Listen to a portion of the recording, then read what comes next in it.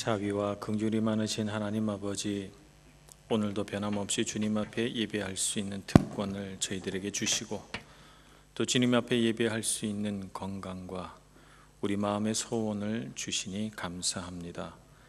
날이 따뜻해지고 이와 같이 찬란한 햇볕을 주시고, 우리로 하여금 주님의 그 인도하심과 그 무궁한 사랑을 이 자연 가운데 알게 해주시니 또한 감사합니다. 우리가 주님과 동행하면서 이 세상을 살아갈 때 날마다 우리 안에 있는 모든 어두움들이 사라져가고 오직 빛 되신 주님만 우리의 삶에, 우리의 마음에, 우리의 영 가운데 가득하게 하여 주옵소서. 오늘 예배 가운데도 주님께서 빛이 되셔서 우리 가운데 오실 줄 믿고 감사드리며 예수님의 이름으로 기도합니다. 아멘. 오늘 주신 하나님 말씀은 열왕기상 7장 1절부터 12절까지 말씀입니다.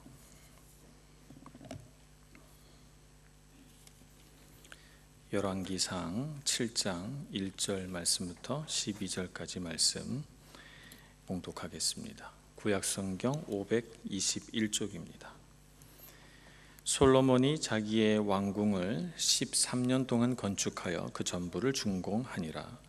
그가 레바논 나무로 왕궁을 지었으니 길이가 100규빗이요 너비가 50규빗이요 높이가 30규빗이라 백향목 기둥이 4줄이요 기둥 위에 백향목 들보가 있으며 기둥 위에 있는 들보 45개를 백향목으로 덮었는데 들보는 한 줄에 15이요 또 창틀이 3줄로 있는데 창과 창이 3층으로 서로 마주 대하였고 모든 문과 문설주를 다 큰 나무로 네모지게 만들었는데 창과 창이 3층으로 서로 마주 대하였으며 또 기둥을 세워 주랑을 지었으니 길이가 50규빗이요 너비가 30규빗이며 또 기둥 앞에 한 주랑이 있고 또 그 앞에 기둥과 섬돌이 있으며 또 심판하기 위하여 보좌의 주랑 곧 재판하는 주랑을 짓고 온 마루를 백향목으로 덮었고 솔로몬이 거처할 왕궁은 그 주랑 뒤 다른 뜰에 있으니 그 양식이 동일하며 솔로몬이 또 그가 장가든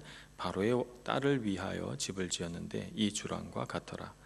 이 집들은 안팎을 모두 귀하고 다듬은 돌로 지었으니 크기대로 톱으로 켠 것이라. 그 초석에서 처마까지와 외면에서 큰 뜰에 이르기까지 다 그러하니 그 초석은 귀하고 큰 돌 곧 10규빗 되는 돌과 8규빗 되는 돌이라.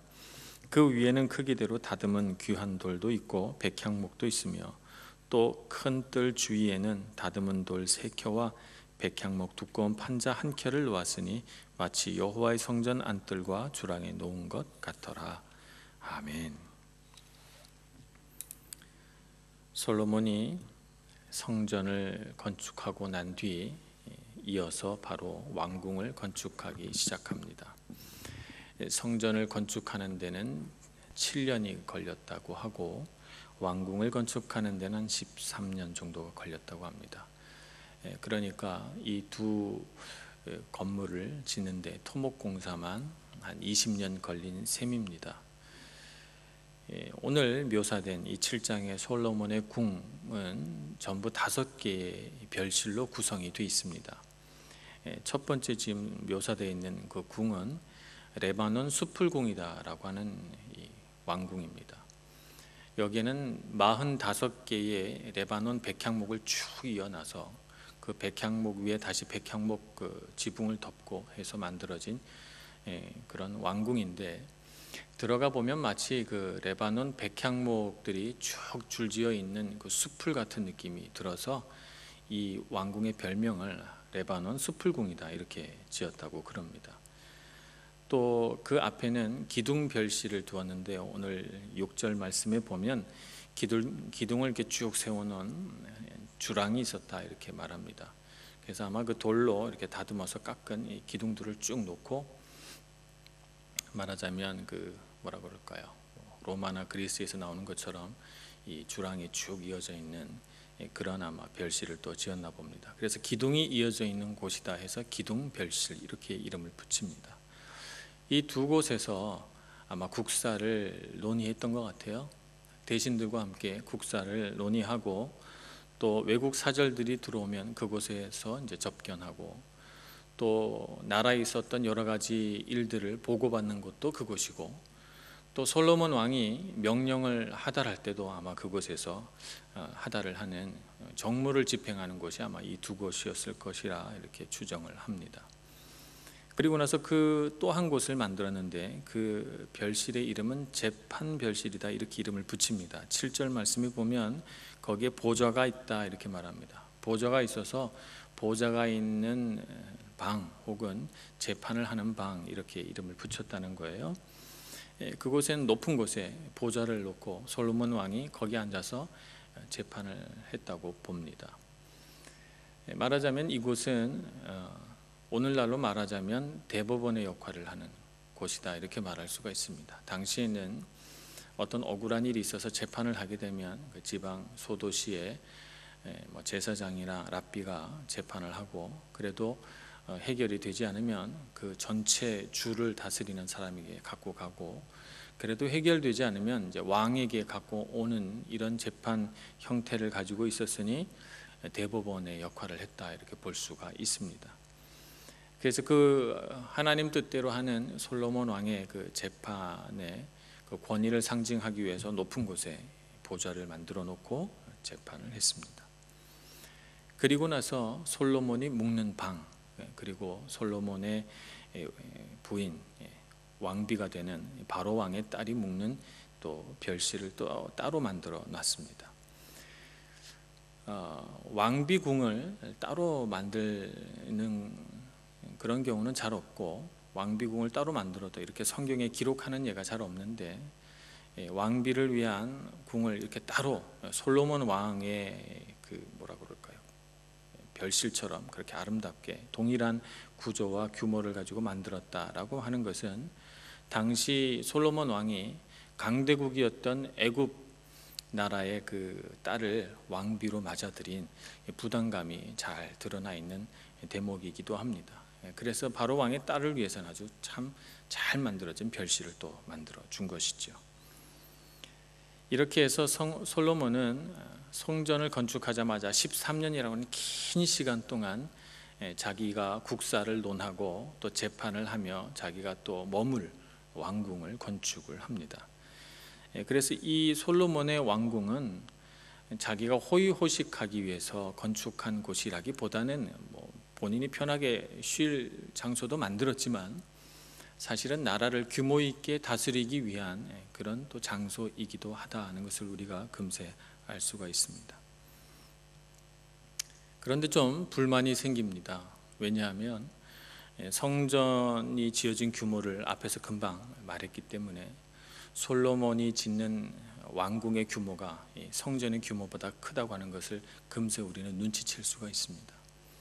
하나님의 집은 조그맣게 만들어 놓고 자기 집은 더 크게 짓는 솔로몬의 신앙이 과연 좋은 신앙인가, 이런 의문을 금세 우리는 갖게 됩니다. 비교를 해보자면 성전은 길이 60규빗에 너비 20규빗에 높이 30규빗에 이런 규모로 성전을 건축했는데, 왕궁은 길이 100규빗에 너비 50규빗에 높이는 동일하게 30규빗입니다. 그러니 높이만을 빼고는 규모가 가로 세로가 상당히 큰 규모로 왕궁을 짓습니다.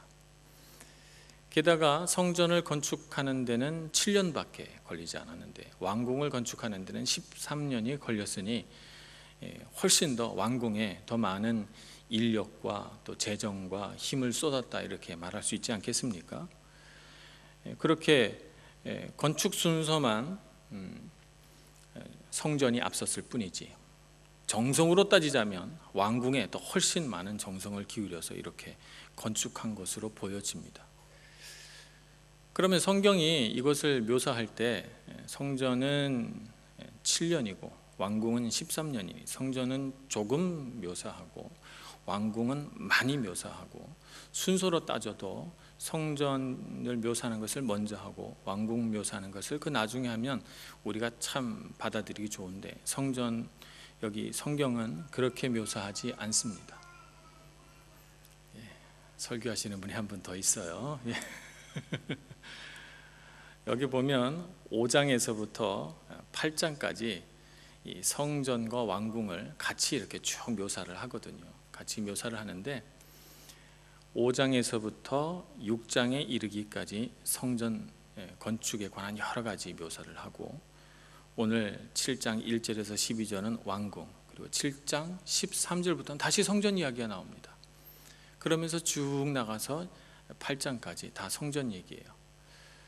우리가 의아한 생각이 들죠. 순서는 성전 짓고 왕궁 지었으니 성전 얘기 끝나거든 왕궁 얘기하지, 왜 성전 얘기하는 가운데다가 왕궁을 짓는 이야기 이렇게 넣었을까? 또 규모 면에서 봐도 왕궁에 훨씬 더 많은 재정과 인력과 정성이 들어갔는데 왕궁 짓는 얘기를 많이 하고 성전 짓는 얘기는 조금 해야 산술적으로 이치에 맞는데 그렇게 하지 않은 모습을 봅니다. 성전 얘기를 많이 하고 왕궁 얘기는 달랑 7장 1절에서 12절 요 한 부분만 이야기를 합니다.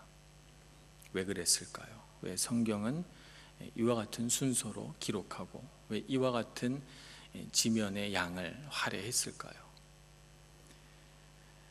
성경은 솔로몬이 누리는 이 왕궁의 이 부귀 영화는 하나님이 주신 복이다라고 하는 것을 우리에게 가르쳐 주려고 이렇게 하는 것입니다. 그래서 앞에도 성전, 뒤에도 성전 얘기를 해놓고 그 한가운데 솔로몬의 왕궁 이야기를, 참 그 긴 역사로 지은 왕궁을 짧게 언급하면서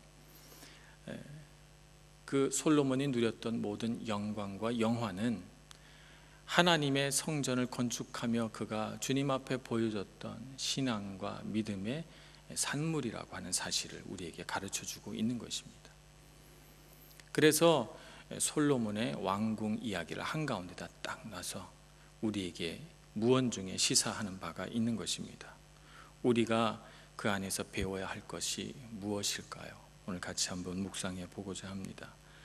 먼저 우리가 솔로몬이 누렸던 이 아름답고 귀한 정말 부귀와 영화는 하나님 앞에 그가 가졌던 신앙의 중심으로 인해서 빚어진 결과다 하는 사실을 우리가 깨달아야 합니다. 그래서 이것이 믿음의 결과물, 믿음이 주는 축복이다 하는 사실을 깨달아야 합니다. 우리가 이 세상을 살아가면서 재물에 대한 여러 가지 관점이 있습니다. 어떤 사람은 가난하게 살아야 한다. 어떤 사람은 하나님을 잘 믿는 사람은 부자가 돼야 한다. 이렇게 말합니다. 그래서 어떤 사람은 깨끗한 부자, 이걸 청부론이라고 합니다. 깨끗한 부자. 그러나 가난한 성자, 가난한 성자가 돼야 한다. 그것이 성경의 진리다. 그래서 깨끗한 부자와 가난한 성자, 이 두 가지 논리를 가지고 기독교의 이 재물론을 논합니다. 어느 쪽이 더 합당한 것인가 잠시 우리가 헷갈릴 때도 있습니다. 가난하게 살면서 성자가 돼야 되는지, 아니면 구약 성경에서 말하는 것처럼 하나님의 주신 물질을 누리면서 큰 부자가 돼야 정말 하나님 뜻인지. 재물에 대한 최초의 언급은 신명기 8장에 하나님께서 모세에게 이 물질에 관한 율법을 주실 때 언급이 됩니다. 신명기 8장을 한번 보겠습니다. 신명기 8장 16절에서 18절 말씀입니다. 신명기 8장 16절에서 18절. 내 조상들도 알지 못하던 만나를 광야에서 내게 먹이셨나니 이는 다 너를 낮추시며 너를 시험하사 마침내 내게 복을 주려 하심이었느니라. 그러나 내가 마음에 이르기를 내 능력과 내 손의 힘으로 내가 이 재물을 얻었다 말할 것이라. 내 하나님 여호와를 기억하라. 그가 내게 재물을 얻을 능력을 주셨습니다. 이같이 하심은 내 조상들에게 맹세하신 언약을 오늘과 같이 이루려 하심이니라. 아멘. 재물에 관한 하나님의 뜻이 무엇인가? 오늘 신명기 8장의 이 말씀을 보면 우리가 분명히 알 수 있습니다. 우리가 가난하게 그저 만나 한 줌으로 일용할 양식을 삼고 살아가든, 우리가 곡간을 지어놓고 그 곡간에다가 가득가득 쌓아서 정말 내일 모레 1년 뒤도 걱정 없이 정말 등 두드리며 살아가든 모든 것이 하나님께서 허락하시는 줄 아는 것이 재물에 관한 하나님의 뜻입니다. 그래서 우리가 하나님 앞에 가져야 할 가장 큰 덕목은 무엇인가? 겸손이죠. 겸손. 어떤 겸손이 우리에게 필요한가? 이 모든 것을 주신 분은 하나님이시다라고 하는 것입니다. 재물에 관한 우리의 분명한 신앙은 겸손. 그래서 이 신명기 8장에서는 뭐라고 말하는가 하면 재물을 얻을 능력을 우리에게 주셨다라고 하는 거예요. 재물 얻을 능력을 우리에게 주셔서 우리가 재물을 얻었을 뿐이지, 우리가 무슨 땀을 많이 흘려서, 우리가 머리가 좋아서, 우리가 기회를 잘 잡아서, 사람을 잘 사귀어서, 아니면 내가 무슨 노력을 해서 재물을 얻는 것이 아니라는 것입니다. 재물 얻을 능력을 우리에게 주셨기 때문입니다. 생각해 보면 건강을 주신 이도 하나님이시고, 우리에게 지식을 주신 분도 하나님이시고, 우리에게 때에 맞게 기회를 주신 분도 하나님이시고, 일할 수 있는 환경과 여건을 주신 분도 하나님이십니다. 생각해 보면 하나님이 허락하시지 않으면 나는 단 동전 하나도 벌 능력이 없는 사람이에요. 그러니 우리가 하나님 앞에서 재물을 가지고 가져야 할 첫 번째 자세는 겸손. 하나님 앞에 낮아져야 합니다. 그래서 주님 앞에 우리가 고백할 때, 주님, 제가 가진 것이 다 주님 것입니다 라고 고백할 수 있어야 됩니다. 그냥 우리 입술로만 아니라 정말 우리 마음속으로, 정말 우리 마음 깊은 곳에서부터 우러나오는 고백으로 주님, 다 주님 것입니다 라고 말할 수 있어야 됩니다. 내가 아무리 수고했어도, 내가 아무리 땀을 흘렸어도 하나님께서 주시고자 하지 않으면 나는 이 땅에서 하나도 얻을 수 없는 사람이라는 것, 그것을 알고 주님 앞에 엎드릴 줄 아는 사람에게 하나님은 더 큰 재물을 부어주십니다. 그래서 재물 얻을 능력을 주신 하나님을 높이는 것, 하나님이 원하시는 것입니다. 그래서 재물을 향한 우리의 자세는 이렇게 해야 되는 것이죠. 재물이 우리보다 높이 있으면 안 됩니다. 재물이 우리보다 높이 있어서 막 이것을 추구하고 따라가면서 하나님 주세요라고 하는 것이 우리의 자세가 되면 안 되고, 우리보다 높이 있는 분은 하나님밖에 없어야 돼요. 하나님을 쫓아 살아가면서 하나님을 위해서 내가 뭔가를 하고 싶은데 재물이 없다 그러면 그게 너무 안타까워서, 주님 나라 일을 위해 내가 능력이 너무 부족하니 저에게 능력을 주옵소서, 이렇게 구해야 됩니다. 그래서 재물이 내 밑에 있어야 돼요. 재물이 내 밑에 있어야 돼요. 근데 세상에 많은 사람들이 재물이 나보다 밑에 있지 않아요. 재물을 쫓아가고 따라가고 그것을 취하기 위해서 재물이 항상 나보다 높은 곳에 있습니다. 그러니 재물이 하나님이 되죠. 어느덧 처음에는 그렇게 생각 안 했는데 세월이 지나다 보니 재물이 하나님 됩니다. 그리고 하나님은 이 하나님 된 재물을 얻기 위한 무슨 보조자처럼 우리 옆에 두는 이런 엉뚱한 결과가 빚어지는 것입니다. 그렇기 때문에 우리는 우리 앞에 하나님만 모셔야 됩니다. 하나님을 바라보고 주의 일에 내가 능력이 없으니 하나님 일에 부요할 사람 되도록 재물을 주옵소서. 재물이 내 밑에 있어야 됩니다. 이런 삶을 어떤 삶이라고 하냐면, 이런 삶을 선한 청지기의 삶이다 이렇게 말하는 것입니다. 그런 면에서 보자면 다윗은 탁월한 청지기였다 이렇게 말할 수가 있습니다. 다윗은 늘 하나님께서 그 모든 것들을 다 주셨다고 믿었어요. 자기에게 온 여러 명의 용사도 다 하나님이 주신 것이고, 자기에게 주어진 왕이라고 하는 높은 신분도 하나님이 주신 거라고 생각을 했고, 자기에게 주어진 이 수많은 재물도 다 하나님 것이라고 생각을 했어요. 그래서 하나님 앞에 다 드리겠다고 말하면서 성전을 건축할 수많은 재료들을 다 준비하면서 그가 고백하기를, 주님께서 다 주신 것입니다. 저는 주님께서 주신 것을 다시 주님께 드릴 뿐입니다 라고 고백을 하죠.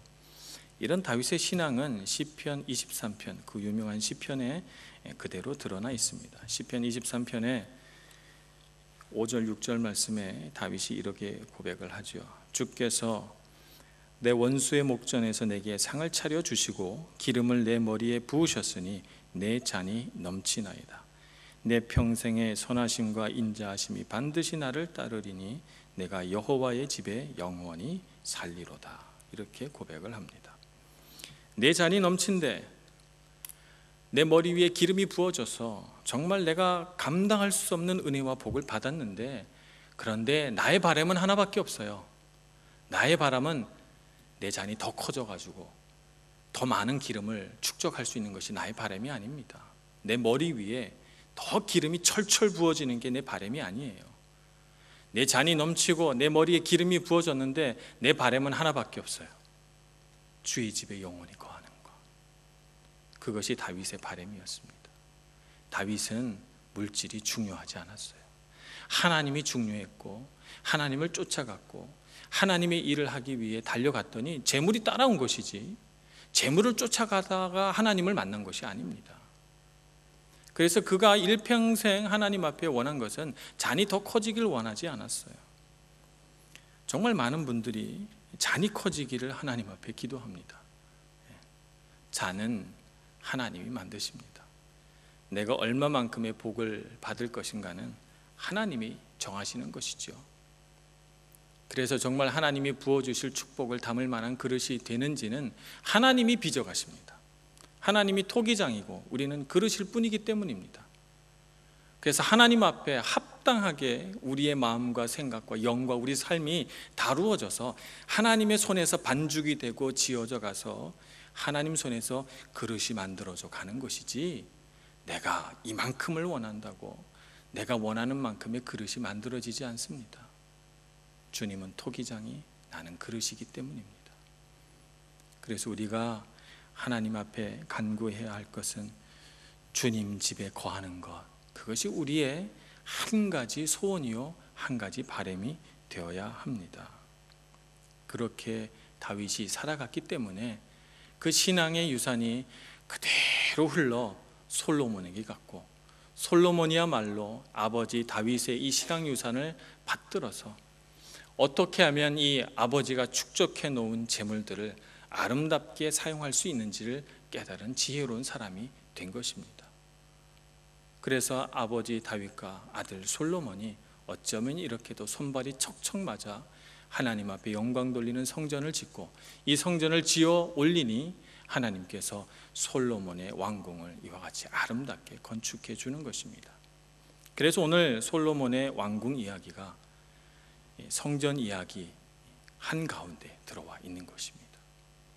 오늘 우리의 삶도 그와 같아야 되지 않겠습니까? 우리의 삶이 어떻게 되어야 됩니까? 우리의 삶은 앞에도 신앙, 뒤에도 신앙, 옆에도 신앙, 온 주위가 다 신앙이고, 그래서 하나님을 따라가고 쫓아가고 하나님만이 나의 삶의 즐거움이 되니 재물이 따라 들어와서 내 삶에 부어진 재물과 내게 부어진 재능과 내게 베풀어진 복이 이 모든 신앙으로 인해서 하나님은 살아계시다라고 하는 증거물이 돼야 되지 않겠습니까? 그래서 우리의 재물이 면류관이 돼서 저 사람을 보니 정말 하나님이 살아계시구나, 정말 저 사람은 하나님이 부어주신 복을 누리며 사는 사람이다 라고 사람들이 생각해야 됩니다. 그렇게 되려면 우리는 한 가지 목표만 있어야 합니다. 신앙, 믿음, 주님의 성전에 어떻게 하면 내가 영원히 거할 수 있을까? 이런 갈망과 이런 갈급함이 우리 마음에 가득 차면, 그래서 하나님의 그 기쁨이 되어드리기 위해 몸부림치면 우리 기쁨은 하나님이 해결해 주십니다. 우리의 잔은 주님이 채워 주십니다. 내 잔 내가 채우려고 하지 말고 우리의 빈잔을 주님 앞에 높이 드시고 주님이 부어주실 복을 소망하면서 열심히 주님 앞에 나오시는 저와 여러분 모두가 되기를 간절히 축원합니다. 기도하겠습니다. 사랑과 은혜가 많으신 하나님 아버지, 주님의 그 거룩하시고 놀라우신 인도하심을 따라 이 세상을 걸어가며 우리에게 베풀어 주신 복이 얼마나 큰지 다시 깨닫게 됩니다. 우리에게 합당한 재능과 은사를 주시고 우리에게 건강을 주시고 우리에게 삶의 기쁨을 주시고 가정과 자녀를 주시니 감사합니다. 우리에게 베풀어 주신 것 하나하나 헤아려 보면서 주님을 높여드리고 주님을 향해 찬송하고 경배하는 저희들 되게 하여 주시옵소서. 주님의 마음 기쁘시게 하는 저희들 되어서 어느덧 주님 기쁘시게 하려고 나아가다 우리 삶을 채우시고 우리를 높이 드시고 우리에게 기름 부어 주시는 주님을 보게 하여 주옵소서.